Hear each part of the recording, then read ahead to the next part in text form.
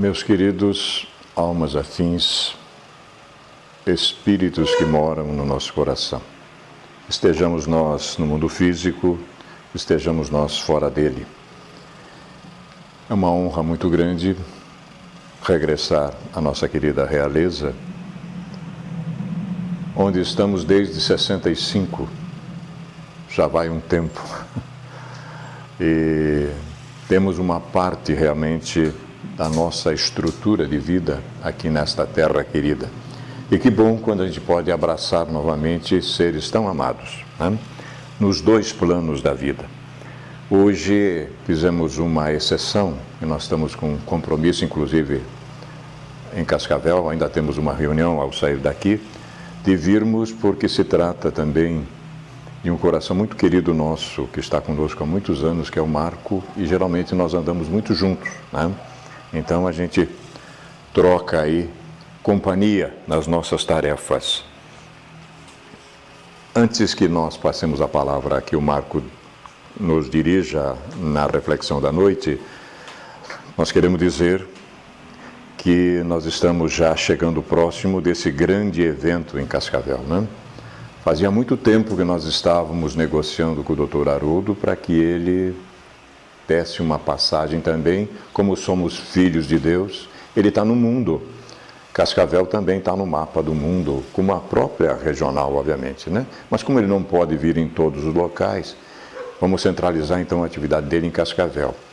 Vamos buscá-lo em Foz pela manhã, no dia 13, e estamos negociando com Olga Bongiovanni no programa Variedades para que ela dê um espaço para ele também, um programa das 11 até meio-dia e pouquinho na Tarobá, de penetração muito popular lá em Cascavel, né? Programa de variedades, e a gente está negociando, ver a possibilidade de levá-lo para que ele, então, fale alguma coisa a respeito dos textos antigos, de Novo Testamento, essa coisa lá na emissora de televisão.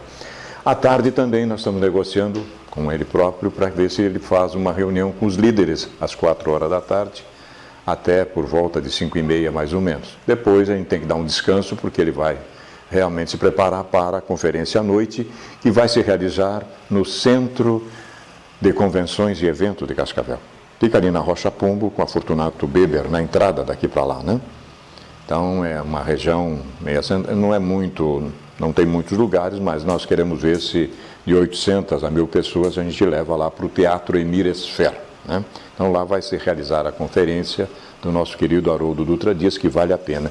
Em seguida, obviamente, no dia seguinte, ele parte para Curitiba, onde ele, Divaldo Franco e mais o Dr. Alberto Almeida é que vão coordenar a 16ª Conferência Estadual Espírita. Este ano, uma configuração diferente. 3 apenas serão os conferencistas. Os demais estarão fazendo no interior, né? Então, essa é uma das informações que nós estamos trazendo. A outra é que já está confirmado também para 5 e 6 de abril, em Cascavel, um sábado e um domingo, a vinda do Dr. Andrei Moreira. É um médico, um terapeuta, que tem especialidade na área da sexualidade.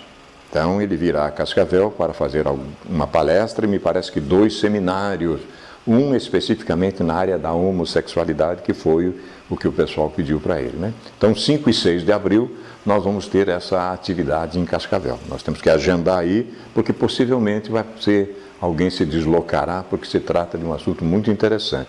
Então, nós estamos pondo na nossa página no Facebook, que agora nós estamos assim, chique, temos uma página no Facebook, né? Aliás, fizeram para mim, nem fui eu que fiz, né? E a gente está colocando muita matéria desse assunto sobre a sexualidade, né? Às vezes as pessoas começam a discutir uma com a outra, até se maltratam verbalmente, e não é esse o objetivo. O objetivo é que a gente chame a atenção para o Dr. Andrei Moreira, que vai responder estas questões por ser um especialista, né? 5 e 6 de abril, em Cascavel, então, a visita desse terapeuta. Meus queridos, estamos diante do nosso Marco Antônio Padovani, que é de família espírita, está dentro do nosso movimento a partir de 1985, conosco, sempre estivemos juntos desde aquela época.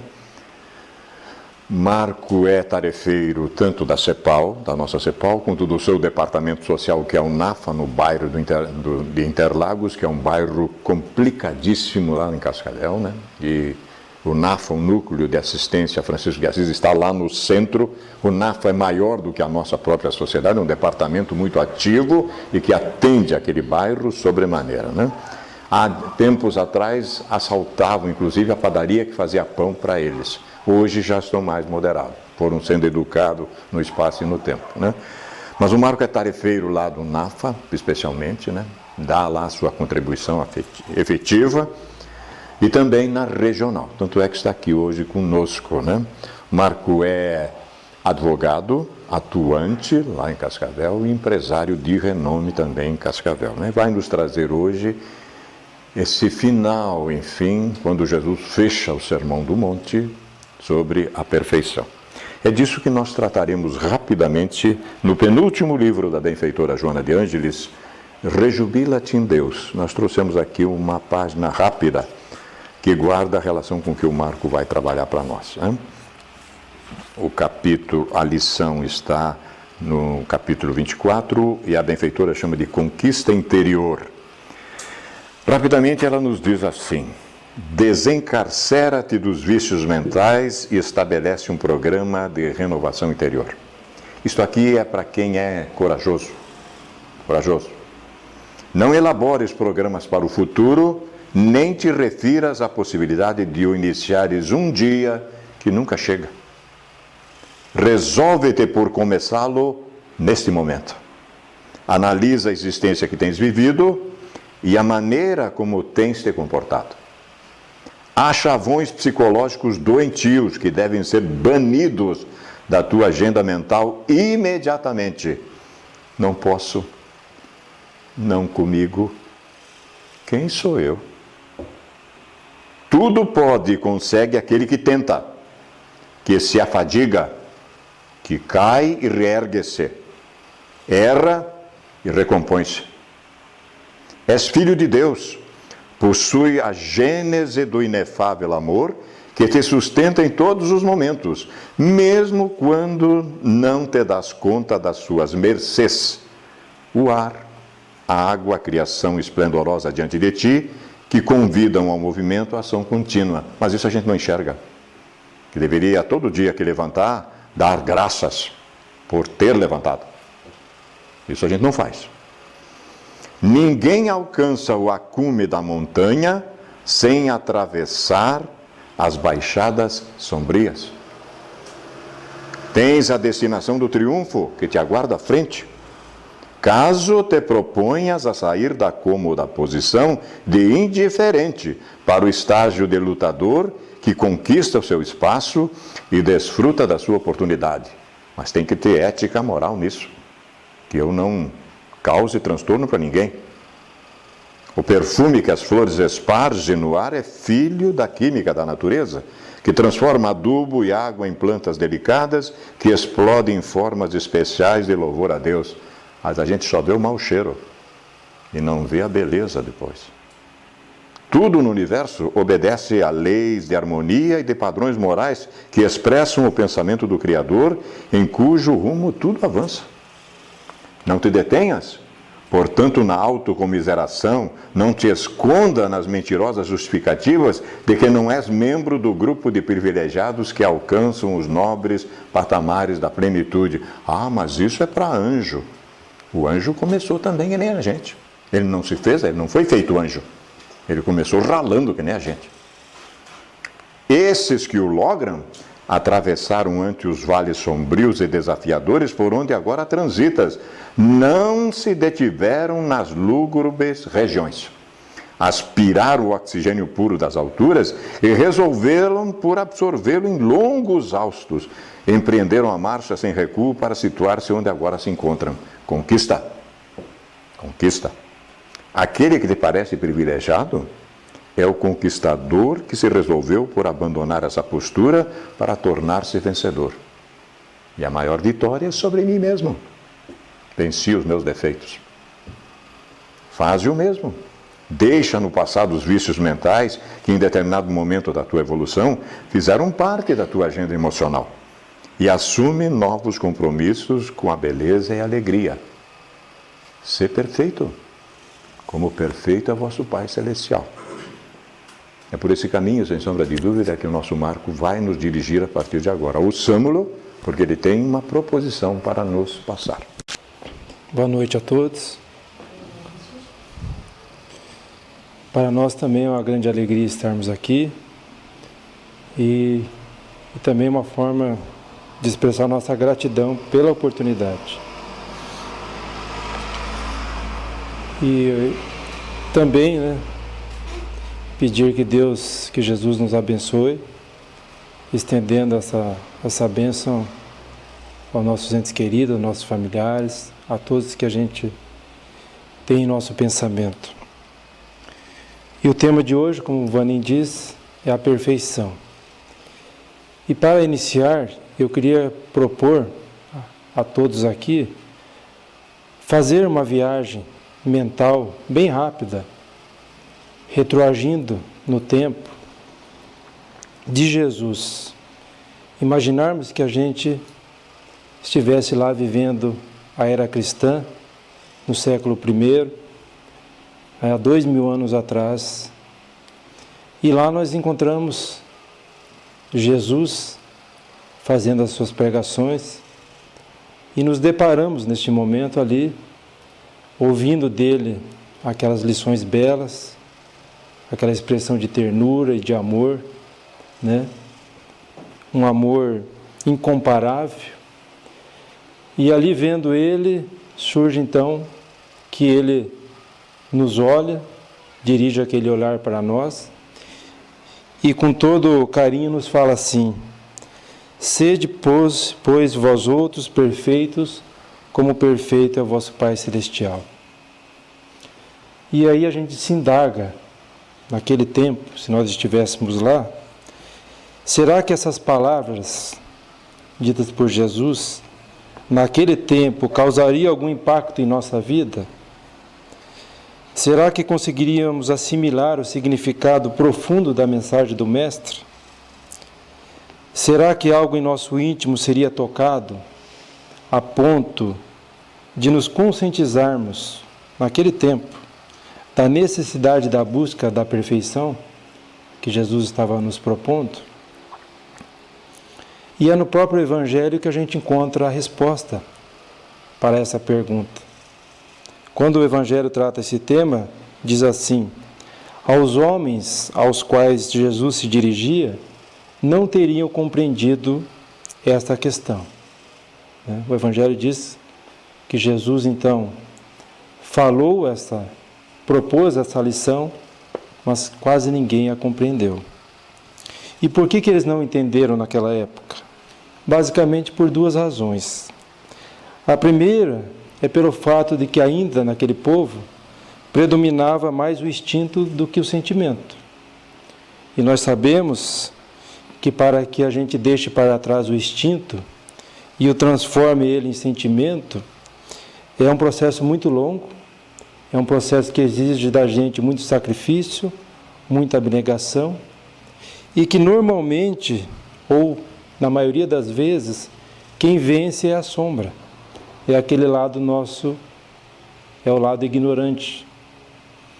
Porque a sombra, ela elege sempre o prazer ao invés do dever, Daí porque se originam tantos conflitos que a gente busca respostas.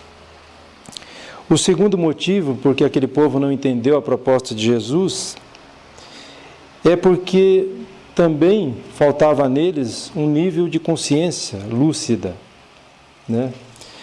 Porque as mentes deles ainda estagiavam na ignorância, estavam ainda no imediatismo, a consciência ainda estava anestesiada. E quando o espírito alcança um nível de consciência lúcida, é então quando ele consegue investir nele próprio os melhores recursos. É quando permite que se desenvolva nele o Deus interno. Quando Jesus disse: o reino de Deus está dentro de vós. Então é quando a gente atinge um nível de consciência que nos permite a gente encontrar esse Deus dentro de nós. Então, essa condição de lucidez também vai permitir que a gente vença gradativamente aquela sombra profunda e que então a gente consiga dar passos em direção ao desenvolvimento moral e espiritual. E a cada passo que a gente dá nesse sentido de superação, é então que a criatura cresce, né? Amplia a capacidade de se identificar com a vida, compreende o significado profundo da vida e também os reais valores, né? Então, em outras palavras, quando se alcança um ponto de consciência lúcida, aí sim a gente consegue compreender as lições de Cristo, né? E a gente deixa de seguir Cristo à distância. Porque muitos, né, acreditam em Jesus, mas o seguem à distância. Ainda não desenvolveram essa consciência. Naquele povo também, o sentimento de amor estava ainda em estado embrionário, né? Por isso era quase impossível que aquela gente compreendesse as sutilezas morais do ensino de Jesus. Mas o mestre Galileu, como sempre sábio e nobre, ele também compreendia as dificuldades daqueles seus contemporâneos, né, que viviam com ele. Compreendia o estágio de desenvolvimento moral deles.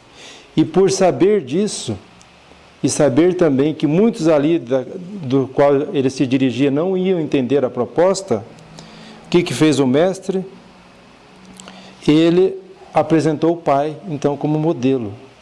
Pai como a síntese absoluta da perfeição. Um modelo para que o seguissem, né? Jesus, como ele sabia que aqueles não entenderiam a proposta, ele deixou o Pai de modelo.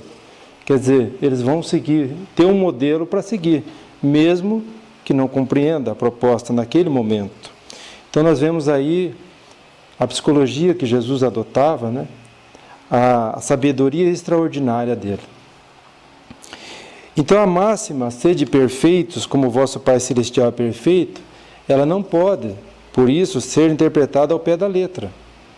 Por quê? Porque seria admitir a possibilidade de nós também, seres humanos, aqui encarnados, alcançarmos a perfeição absoluta, né? Essa é uma condição inalcançável pela gente, por nós. Por quê? Pela simples razão de que o espírito criado, ele jamais poderá ser igual ao seu Criador. Então, daí devemos entender que as palavras, entender por essas palavras, seres perfeitos como vosso Pai é, nós devemos entender como uma perfeição relativa, né? A relativa, sim, os seres humanos têm capacidade de alcançar. E é a que mais vai nos aproximar da divindade. Também é interessante observarmos, apenas a título de curiosidade, que essa recomendação sede perfeitos, ela está registrada lá em Mateus 5, versículo 48. Isso significa que ela compõe o Sermão da Montanha e também é a última das bem-aventuranças. E para melhor compreendermos o significado profundo desse ensino, é importante também analisarmos em que circunstâncias Jesus estava pregando, né? Que assunto ele se referia naquele momento que ele propôs a perfeição. Porque a frase sede perfeitos, ela não foi dita isoladamente por Jesus. Ela, na verdade, ela foi um fecho, foi a conclusão de um ensino muito mais amplo e muito mais profundo. Então, Jesus, o que ele fez? Ele propôs, de uma forma bem enfática, a busca da perfeição, exatamente quando ele estava dissertando, quando ele estava pregando a necessidade do amor em relação aos inimigos, em relação aos adversários. Então foi neste momento que Jesus propôs a perfeição. Então lá nós vemos a passagem assim, de forma sintética. Mas eu vos digo, amai os vossos inimigos, Fazei bem ao que vos tem ódio, e orai pelo que vos perseguem e caluniam. Porque se vós não amais senão os que vos amam, que recompensas haveis de ter? E se vós saudardes somente os vossos irmãos, que fazeis nisso de especial? Aí sim Jesus veio com a conclusão. Sede vós logo perfeitos, como também vosso Pai Celestial é perfeito. Então é importante sabermos que esta proposta da perfeição, ela faz parte, é a conclusão do ensino de Jesus sobre o amar os inimigos. Portanto, se Jesus ensinou que a busca pela perfeição está no aprender a amar os vossos inimigos, fica óbvio então que a essência da perfeição qual que é? É a caridade. E quando falamos em caridade, é a caridade no sentido mais amplo e verdadeiro, né? Porque a virtude da caridade, ela implica na prática de todas as demais virtudes. Então, nesse aspecto, nós temos que deixar de lado aquele conceito que já é ultrapassado, da caridade de dar esmolas, da caridade de dar as coisas em desuso, né? Não deixa de ser um ato importante. Mas a verdadeira caridade é aquela que abrange todas as relações com os nossos semelhantes. Todas as relações. Não a relação apenas de dar alguma coisa. E Allan Kardec se dirige aos espíritos superiores e faz então uma pergunta. Questiona ele: qual é o verdadeiro sentido da palavra caridade, como entendia Jesus? Não é a caridade como Allan Kardec entendia, como eu entendia, como os espíritos superiores entendiam. Como Jesus entendia a caridade. É essa a que a gente deve buscar a compreensão. E os espíritos respondem: para Jesus, caridade é benevolência para com todos, indulgência para as imperfeições dos outros e perdão. Ou, em outras palavras, benevolência, que é desejar o bem, né? Sem querer qualquer tipo de recompensa. Indulgência, compreender as falhas alheias, ser tolerante, nunca humilhar. E o perdão, que incondicionalmente exige, para que ele se efetive de forma plena, o amor. Então a caridade é o caminho mais certo e mais curto para alcançarmos um dia a perfeição relativa. Não é por acaso que a palavra caridade está no Evangelho citada de capa a capa 226 vezes. E nos 28 capítulos do Evangelho nós vamos encontrar a proposta da caridade. Daí porque a máxima, fora da caridade não há salvação. E eu fiz uma adaptação, né, Vânia? Fora da caridade também não se alcança a perfeição. Mas aí vem uma questão também muito interessante, já que a proposta da perfeição está no contexto do amar os inimigos, não é? Como se ama o inimigo? Né? Como que é na prática? E quem nos ensina é Joana de Ângeles. E ela diz assim, primeiro ela fala o amor ao próximo, para depois tratarmos do amor ao inimigo. O amor ao próximo, recomendado por Jesus, pode ser definido como, né? O amor ao próximo, companheirismo, solidariedade no sofrimento, solidariedade na alegria. Aqui a gente tem que ter um cuidado. Solidariedade na alegria não é fácil. Pela questão de que no sofrimento é fácil ser solidário. Mas ser solidário na alegria do outro, nós temos que cuidar com a inveja. Que às vezes a gente se afasta, fica com inveja e acaba não sendo solidário. E continua ela, amizade nas situações embaraçosas, amor ao próximo, capacidade de desculpar sempre, produzindo uma vinculação afetiva que suporte os atritos e os conflitos típicos de cada qual. Aí Joana destaca, pelo seu significado profundo desse amor ao próximo, é um amor diferenciado daquele que se deve ser oferecido aos inimigos. Sem dúvida, né, que tem que ser diferente. Ou amar um inimigo, ou amar um filho, uma esposa, um pai. Mas daí ela destaca: amar a esse antagonista é não lhe retribuir a ofensa. Primeiro, é não o detestar. Segundo, é não o conduzir no pensamento. É conseguir libertar-se da crítica severa dele e da agressividade dele. Esta é a base do amar aos inimigos. Né? Eu até repeti: não retribuir a ofensa, não o detestar, não o conduzir no pensamento, né? Se libertar da crítica dele e da agressividade dele. Isso significa amor aos inimigos. O amor, diz Joana, liberta aquele que o cultiva. Por esta razão, o mal dos maus não ata a vítima ao algoz. Aqui eu quero fazer um comentário. Se, por exemplo, alguém vem aqui e me dá um tapa na cara, eu vou fazer uma pergunta, e eu tenho, por alguém que vem aqui, você vem aqui e me dá um tapa na cara, e eu tenho por você meu inimigo. O que fez eu e ele ser inimigos? Alguém pode me responder? Qual o fato que me fez estabelecer eu inimigo dele? É o tapa na cara? Que estabeleceu a inimizade minha? Vocês concordam que seja o tapa?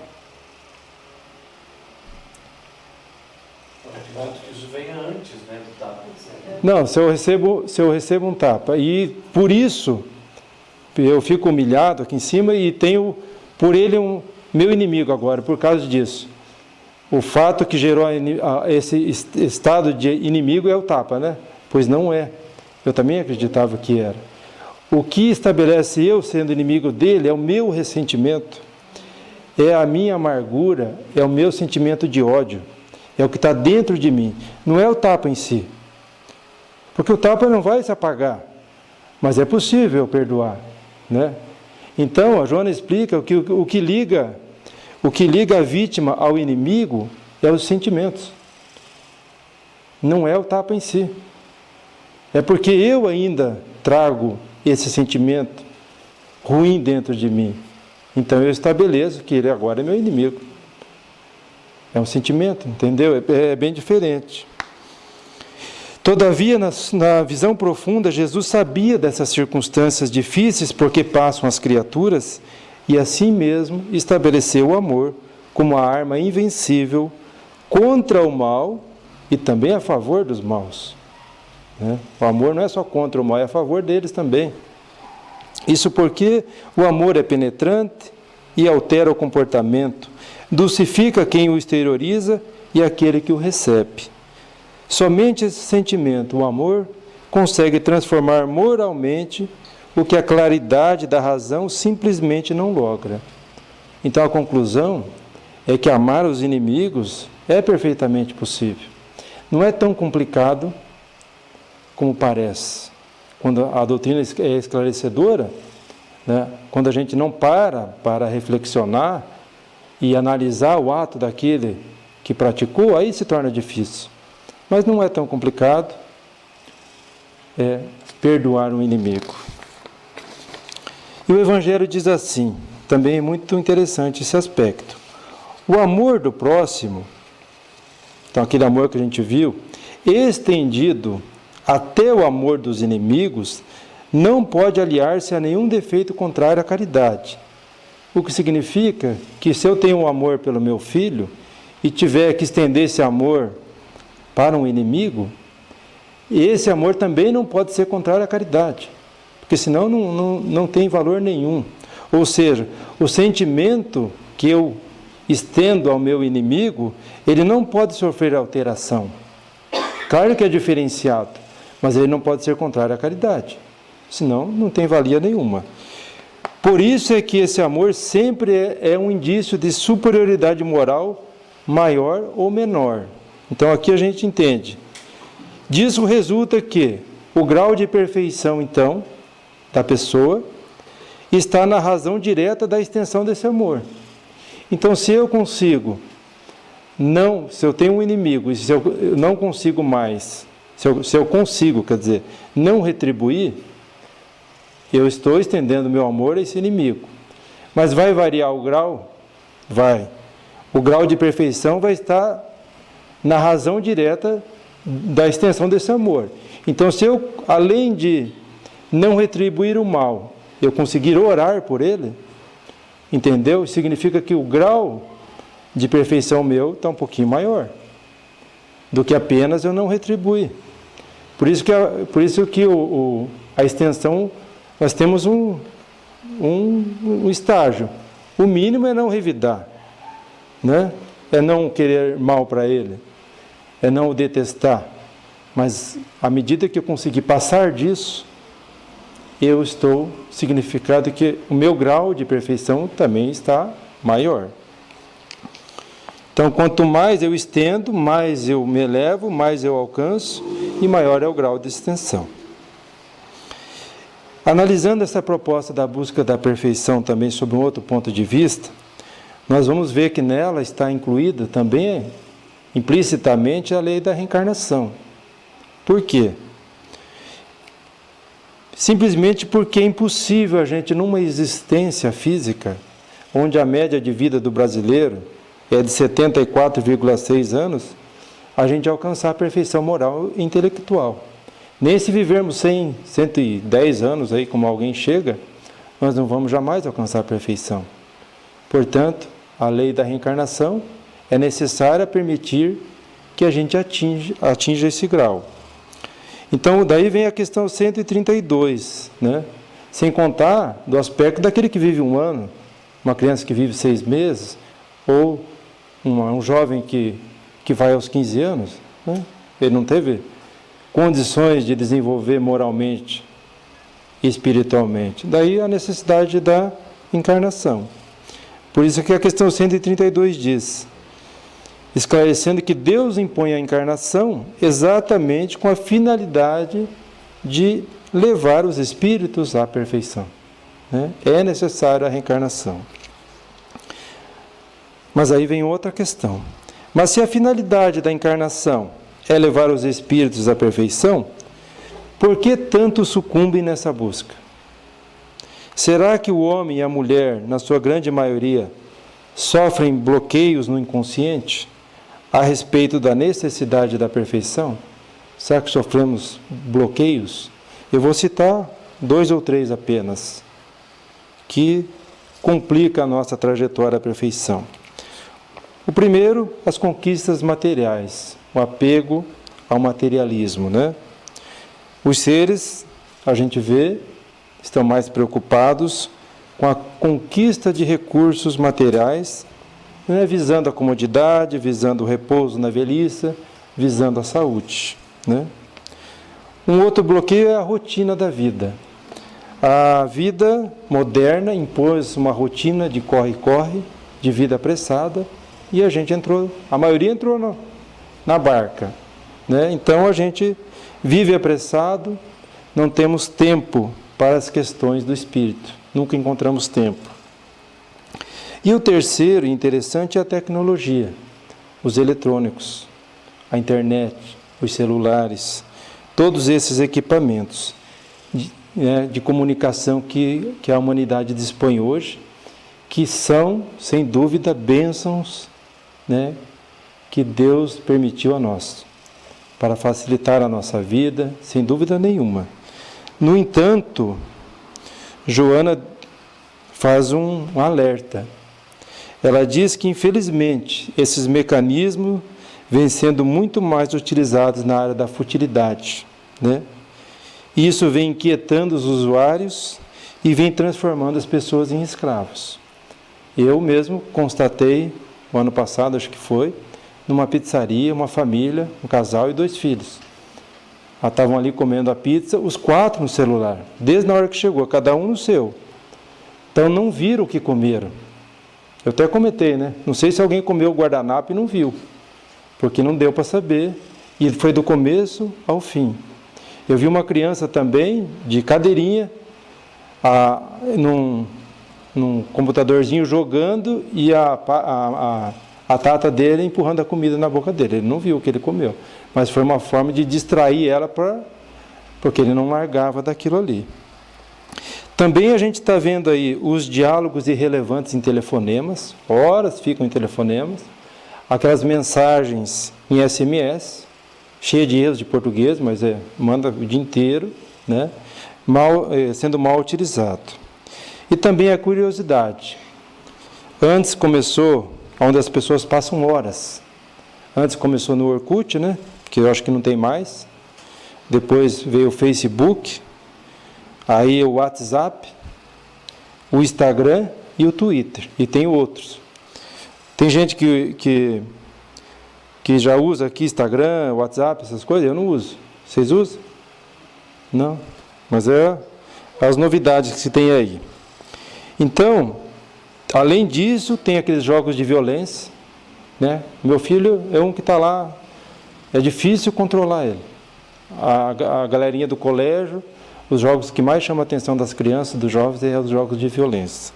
E também tem aqueles sites impróprios, né, que Joana coloca, que somente atende os tormentos específicos daquele que vai buscar aqueles sites.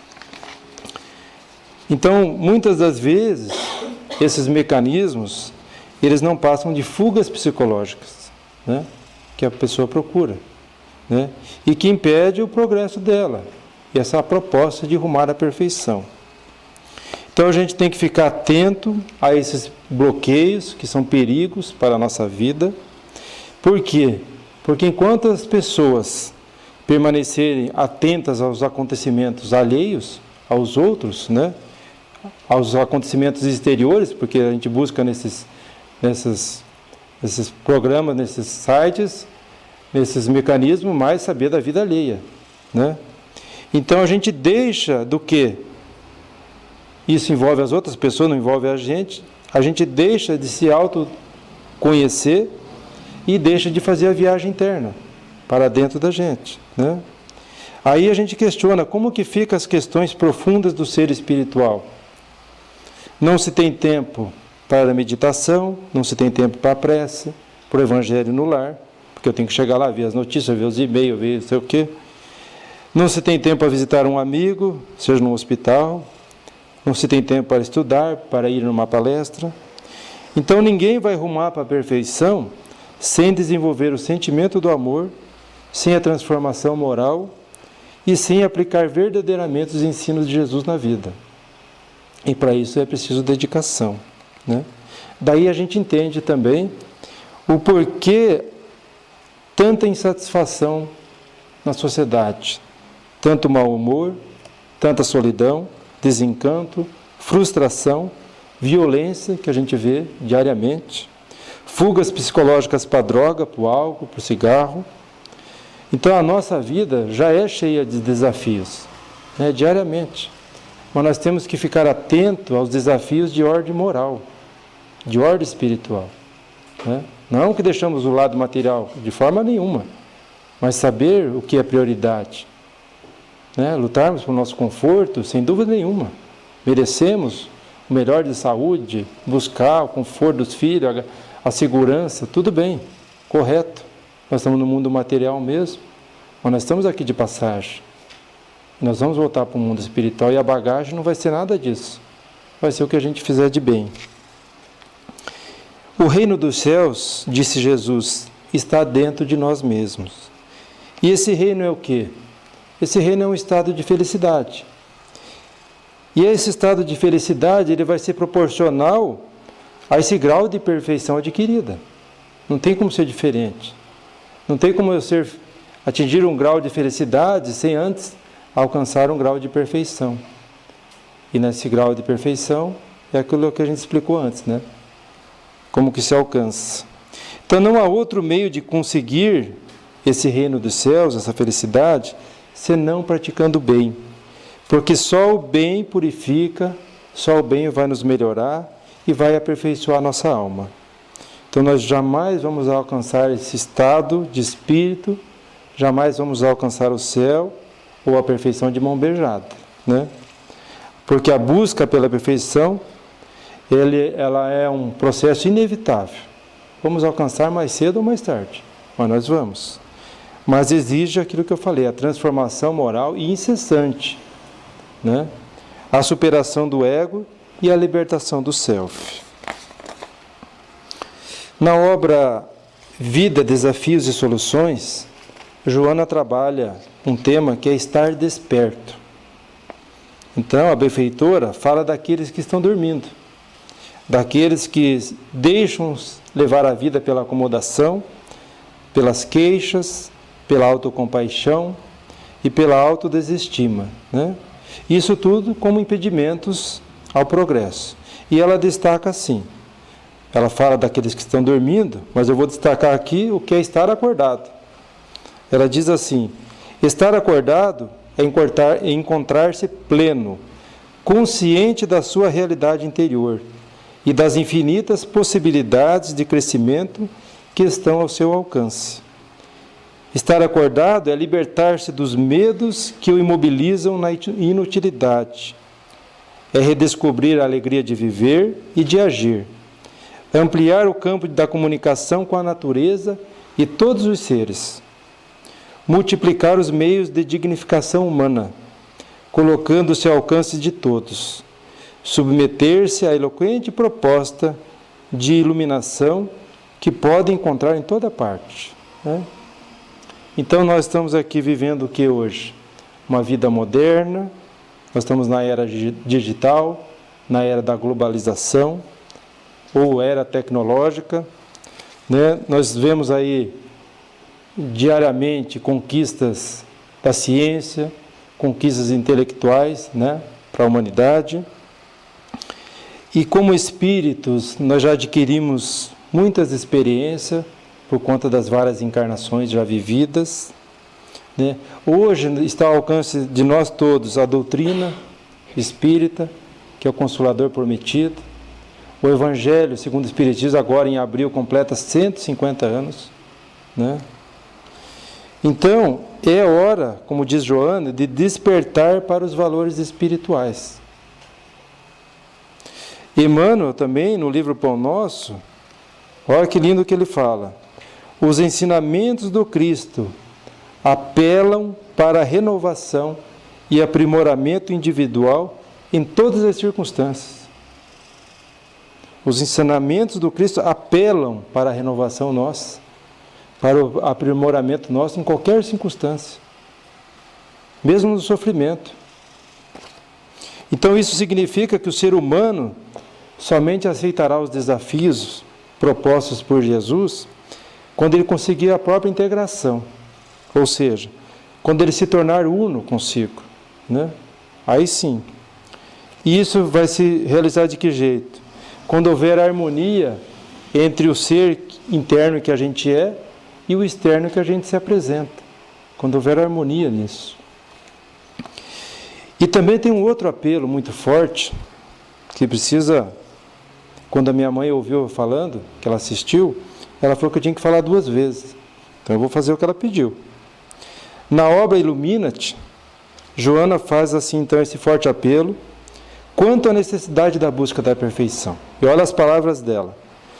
Considere o processo de evolução moral e espiritual como sendo de emergência, dando-lhe prioridade em todos os investimentos que te sejam possíveis aplicar.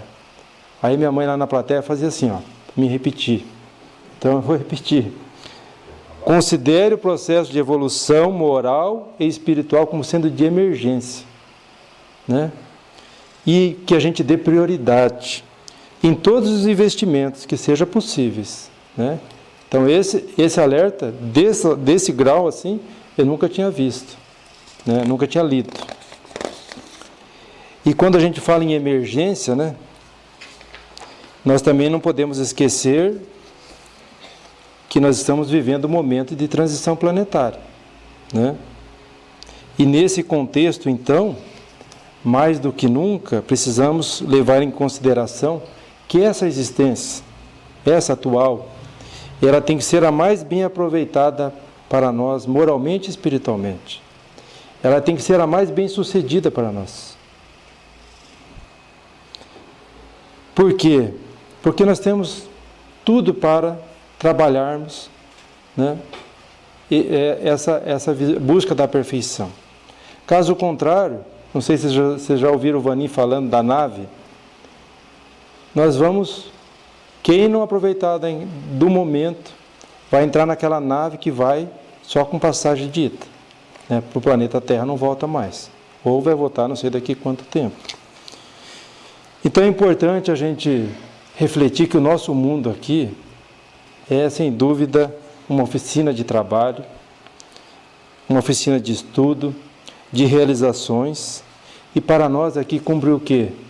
Burilar nossas almas e avançar espiritualmente. Aquela proposta que Jesus fez lá atrás, rumando à perfeição. E é necessário que cada um de nós, então, tenha um plano evolutivo, né? Nós já sabemos por que nascemos, nós já sabemos qual a finalidade da encarnação, nós já sabemos para onde vamos, né? Sabemos tudo isso. Então, nós não podemos viver sem um plano evolutivo. Senão seria a mesma coisa do que a gente embarcar num voo aí, um avião aí, está lá 300 pessoas no avião e o piloto falar: pessoal, esqueci meu plano de voo. Em cima do mar vai acontecer o quê? Vai acontecer uma tragédia. Então, para que a nossa existência não seja uma tragédia, nós temos que estabelecer um plano evolutivo, ter um objetivo e trabalhar ele, sem pressa, mas consciente. Tendo Jesus como modelo para as decisões, né? Se tem dúvida como agir, é só fazer aquele pensamento: se Jesus estivesse no meu lugar, o que ele faria? Aí você vai saber o que fazer e vai aos poucos se melhorando. Então, no início, lembra que eu falei para a gente mentalizar lá no tempo de Jesus, como se a gente estivesse lá? Agora, nós vamos falar do hoje, para concluir. Estamos hoje aqui. Vamos pensar quanto tempo já transcorreu desde a chegada de Jesus na Terra. Já passou 2000 anos. E nessa vida que nós vivemos agora, nós temos uma nova oportunidade de ouvir, uma oportunidade de estudar e de refletir essa valiosa proposta de Jesus feita lá no século I. Nós estamos tendo a oportunidade de ouvir, né? Quantas vezes nós já ouvimos? E o Mestre, como sempre ele é paciente, ele renova diariamente para nós essa proposta no nosso íntimo, no nosso coração, e ele faz esse convite sempre para nós, dizendo: sede pois vós outros perfeitos, como perfeito é o vosso Pai Celestial. Então, por isso eu quero deixar as seguintes questões para reflexão, para encerrarmos. Será que temos agora condições de assimilar a mensagem do Mestre e de conscientemente trabalhar a proposta da perfeição? Porque lá no começo a gente não tinha, mas será que hoje temos? Como estamos agindo a esse respeito? Dentre as metas do ser humano, será que está incluída a da busca pela perfeição relativa, que tem por base fundamental a caridade? Vamos deixar essa meta para a nossa aposentadoria, ou para que o tempo ou os milênios se encarreguem de resolver? Então essa era a mensagem que eu tinha para passar. Eu quero agradecer de novo a oportunidade, agradecer a presença e a paciência também. E desejar a todos, né, muita luz, muita paz.